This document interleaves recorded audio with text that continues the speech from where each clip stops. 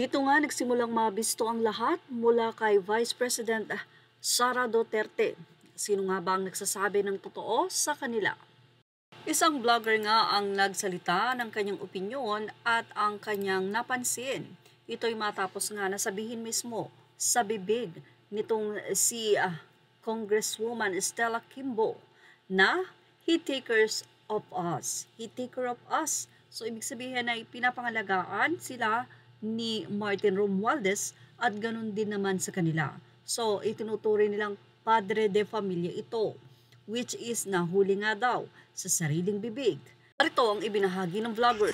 Siyempre po, especially kapag na-atake po si speaker, siya po ang padre de familia namin. He takes care of us. We need to also take care of him. So, dun din po. Ayun, lumabas na. Lumabas na ang totoo. They are not serving the Filipino people. They are serving their father. They are serving the King of Crocs. Bistado no? Grabe, sobrang nakakaawa itong Pilipinas. Kasi yung mga politiko, instead na mag-focus silang tulungan ang mga Pilipino, 'di ba? Saan sila nakapokus ngayon? 'Di ba? Saan yung kanilang energy? Sa pagprotekta sa kanilang ama na si Romualdez.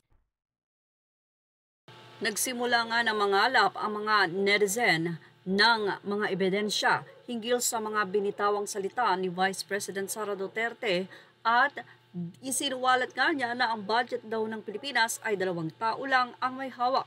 Ito'y walang iba kundi si Kong Saldi Co at si Kong or Rep Romualdez o Martin Romualdez na kung saan ay sinabihan nga ni Kimbo na kanilang padre de pamilya at kailangan nilang protektahan.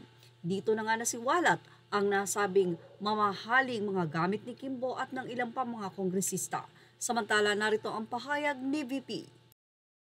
Budget ng Pilipinas ay hawak lang ng 2 tao. Hawak lang siya ni Congressman Zaldico at ni Congressman Martin Romualdez. Dito na nga ikinumpara ng netizen ang mga gamit ni Vice President Sara Duterte na makikita lamang sa Lazada versus sa mga mamahaling relo ni Kimbo na kung saan ay sinabing padre de pamilya nila itong si Kong Romualdez at dapat nilang protektahan. Kaya naman ang tanong, pinoprotektahan din ba sila ngayon ni Romualdez matapos tila ilang mga netizen ang naglalabas ng mga mamahaling gamit na dapat sana ay napupunta sa mga tao, kundi ito daw ay napupunta sa sariling bulsa. Kaya naman for transparency at kung wala naman dapat silang ikatakot, ay i-family background check ang mga ito agad-agad. Kaya naman say ng mga netizen, padre de familia na tagabigay ng allowance nila, tagabigay ng luho nila. Correction pa ng isang netizen. Mula man sa isang netizen, sinabi niyang billion project ibibigay pag kumampi kay Tamba, gaya ng flood control daw na imaginary lang.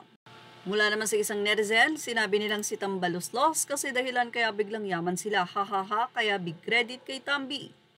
Mula nga nang sabihing tatapyasan ang nasabi nga pong Office of the Vice President Budget ni Kimbo kung saan siya ang chairman ng APRO, ay lumabas na nga ang mga mamahaling gamit nito na kung saan ay nagbalandra ito sa social media.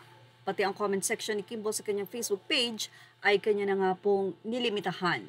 Samantala sa ng ilang netizen, alam nyo ba ang mga alahas ni BP Sara nabibili lang yan dito sa tabi ng kalsada sa Davao City tag 50 pesos. Earned mark revenue yan madam, trillion pa more. Iba ka madam, say nila kay Kimbo. Sabi nga ni Direk Daryl Yap, hindi mo kami maluloko. Aura. Or ang tinutukoy niya ay si Kimbo.